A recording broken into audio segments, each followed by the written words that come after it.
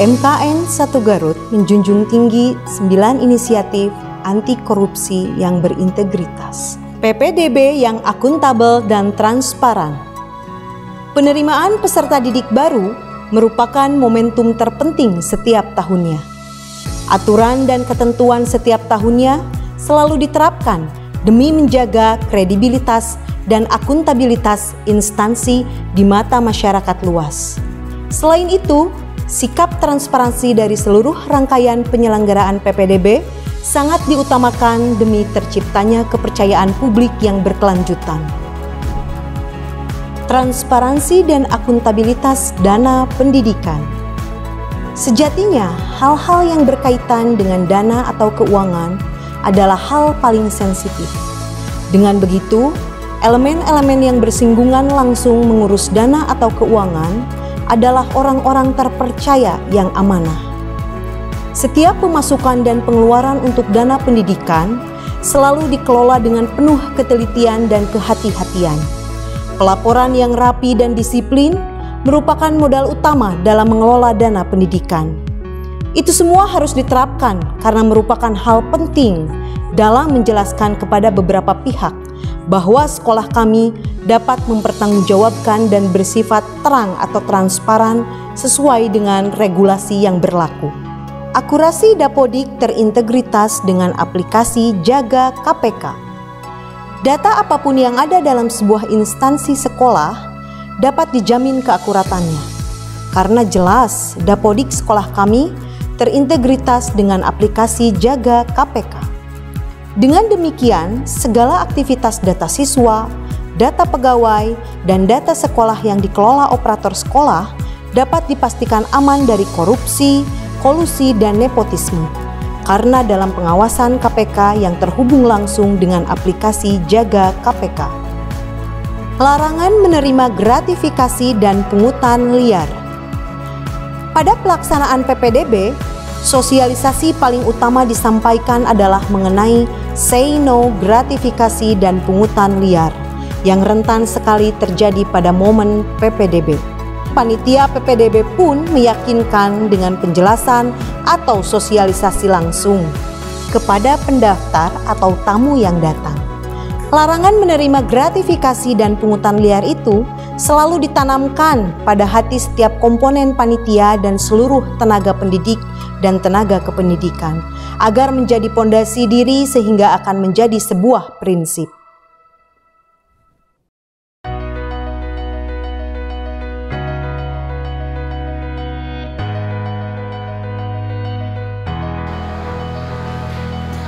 Assalamualaikum Bapak. Waalaikumsalam. Baik Ibu, ada yang bisa kami bantu? Perkenalkan saya Ibu Cici. Kalau suami saya Pak Arif di Pemda ya. Itu kebetulan kami sangat tertarik dengan sekolah Bapak, mau mendaftarkan anak saya. Bisa baik, saya lihat dulu berkasnya Ibu ya. Iya. Ya, kalau boleh tahu Ibu, anak Ibu mendaftar sini jalur apa ya Bu? Yang jadi masalah itu Pak, saya tahu jalurnya itu ada jalur guru. Saya bukan guru, suami saya juga bukan. Kemudian jalur prestasi akademik nilainya seperti ini, ya kecil nah. Kalau jalur zonasi tempat tinggalnya itu jauh, ya. Kalau KTM jangan mungkin lah setelan seperti ini KTM. Nah, justru itu saya menemui Bapak, mau minta pertolongannya gimana caranya anak saya itu bisa. Gini ya Bu ya, kalau dia dari berkas benar keterangan Ibu mungkin saya kecil kemungkinan anak Ibu bisa masuk sini Bu. Mungkin Ibu bisa mencari sekolah yang lain atau mungkin secara zonasi yang lainnya bisa menerima. Iya justru itu Pak, gini aja lah Pak, gimana caranya ya, Bapak yang lebih tahu lah gimana caranya. Ini kan jalur semuanya nggak mungkin, gimana caranya bisa masuk. Ya, kami sampaikan. Ini bukan merendahkan loh Pak. Saya sampaikan terima kasih Ibu, tapi kami tidak menerima, kami menolak segala bentuk gratifikasi, pemberian hadiah maupun pungutan liar. Kalau masih kurang akan saya tambah. Tidak Ibu, terima kasih. Atau begini aja Pak, gini saja, minta nomor teman. Ya, saya mohon maaf sekali lagi Ibu, kami tidak menerima gratifikasi. Karena Ibu tadi pasti di depan sudah berpapang, kami menolak gratifikasi, pungutan liar maupun apapun itu. Kami hanya bekerja sesuai dengan prosedur peraturan dari pemerintah dinas pendidikan maupun dari pemerintah pusat terkait dengan peraturan PPDB. Saya itu paham, Bu, sangat karyawan paham, di SMK Negeri 1 tapi ini secara Tak. Mohon maaf Ibu tidak bisa. Terima kasih. Iya. Tidak bisa. Mohon maaf Ibu.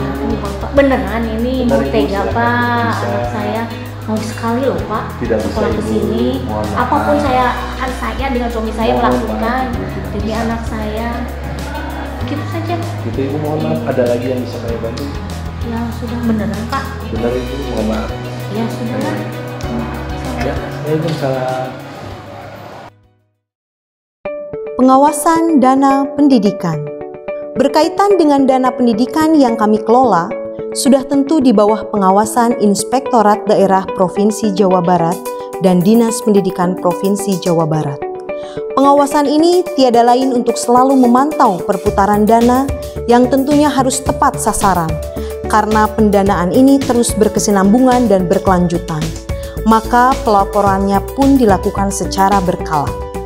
Pengelolaan pengaduan masyarakat. Di sekolah kami dibentuk pos pengaduan masyarakat. Ini merupakan salah satu bentuk pelayanan prima. Pos pengaduan ini tentunya di bawah arahan Kepala Sekolah dan Wakasek bidang Humas.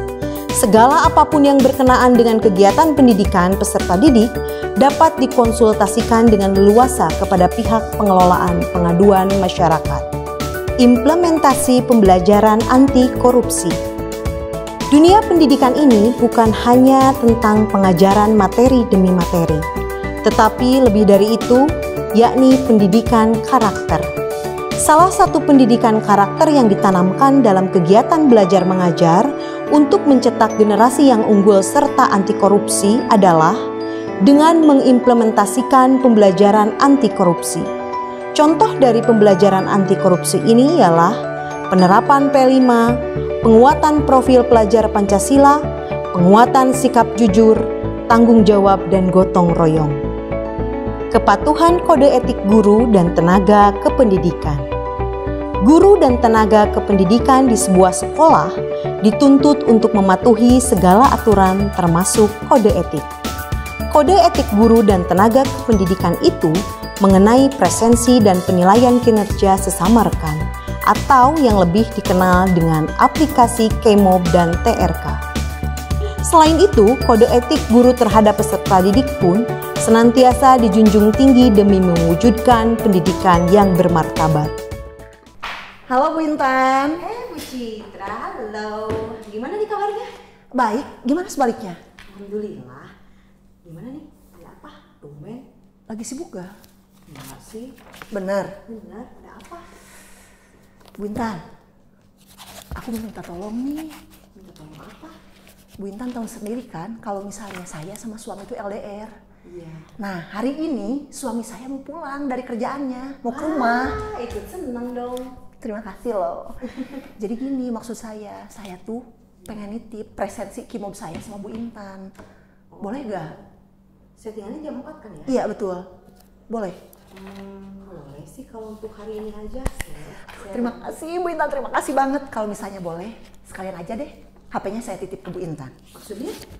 Ya Bu Intan sendiri yang ngasih presensi sama saya. Oh. Bu Citra, tapi maaf ya mengganggu ya. Bukannya saya yang mau ikut campur loh, tapi menitip presensi kepada orang lain kan itu kan bagian dari pelanggaran kode etik Bu. Kalau misalkan Ibu bekerja sebagai ASN, tapi Ibu menitipkan absen presensi ke orang lain, kan melanggar kode etik. Tapi Pak, kan suami saya masalahnya gak tiap hari pulang ke rumah, namanya juga LDR. Iya, saya juga ngerti Ibu, semua pasti mengalami. Tapi kan kita sebagai pekerja punya kewajiban dan tanggung jawab. Kalau misalkan Ibu mau tetap seperti itu, mah enggak silahkan. Tapi kan risikonya kembali ke Ibu. Saya mah hanya mengingatkan saja ya Bu Intan ya. Ya juga sih Gitu, Bu Citra, kalau sekali ini mungkin saya bisa membantu, tapi kalau untuk selanjutnya itu akan jadi masalah. Tapi itu untuk juga kita Bu, berdua. nanti akan jadi kebiasaan yang kurang baik Bu. Tapi mohon maaf ya Bu Citra ya. Kalau misalkan sekarang dibantu, itu sudah pelanggaran, apalagi nanti jadi kebiasaan. Itu hanya saran aja Bu ya. Kembali lagi ke Ibu itu mah Bu. Tapi maaf ya Bu sebelumnya. Makasih ya Pak, Bu, Iya. udah mengingatkan saya. Lain kali saya tidak akan mengulangi hal itu. Karena memang itu sudah tanggung jawab saya sebagai ASN. Iya. Sama-sama Ibu. Ya, makasih Bu Intan. Ya. Mari Pak Iwan. Iya, Selamat makasih, menyambut Bu. suaminya ya. Iya, terima kasih.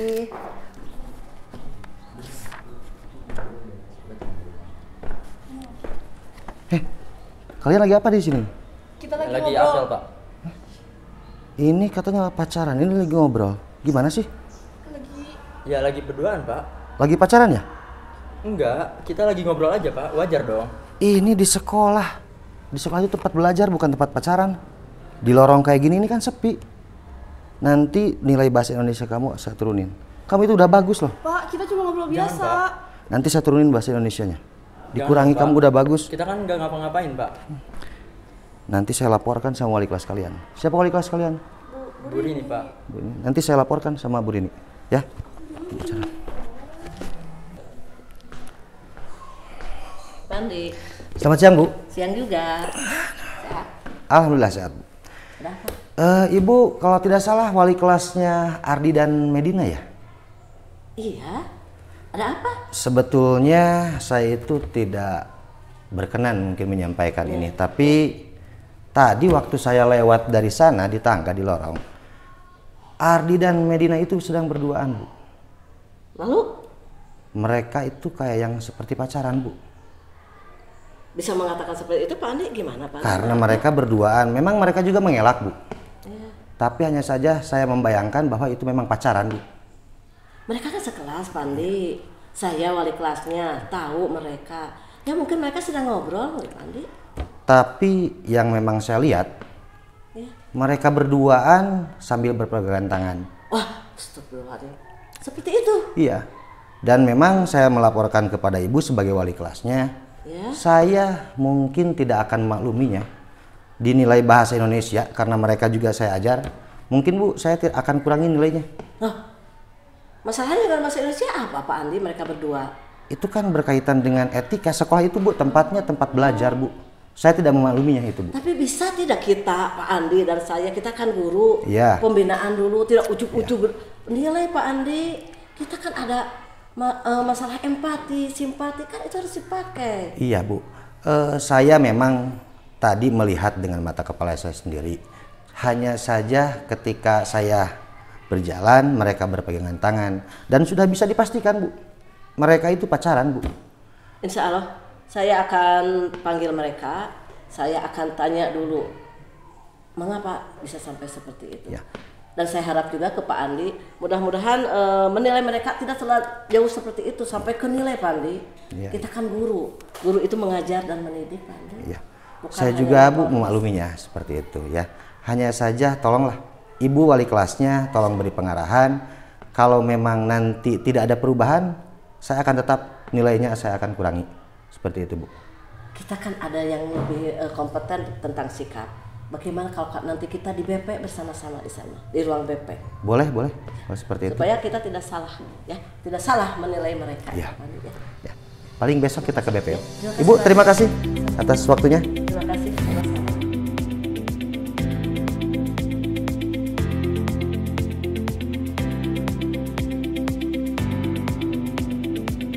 Rekrutmen, rotasi, dan mutasi guru atau kepala sekolah dan tenaga kependidikan atau GTK yang transparan dan akuntabel.